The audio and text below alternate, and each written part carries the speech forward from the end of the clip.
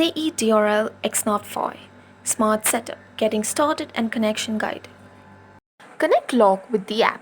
Make sure you have the app installed on your phone. Open the app, log in or create an account. Add device.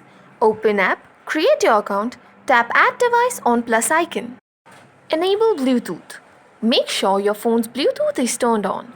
Tap Next. Bluetooth search. The app will start searching for the nearby devices. Keep the lock close to your phone. Select your lock. Your lock will appear in the list. Tap on the lock to select it. Wait for pairing to complete.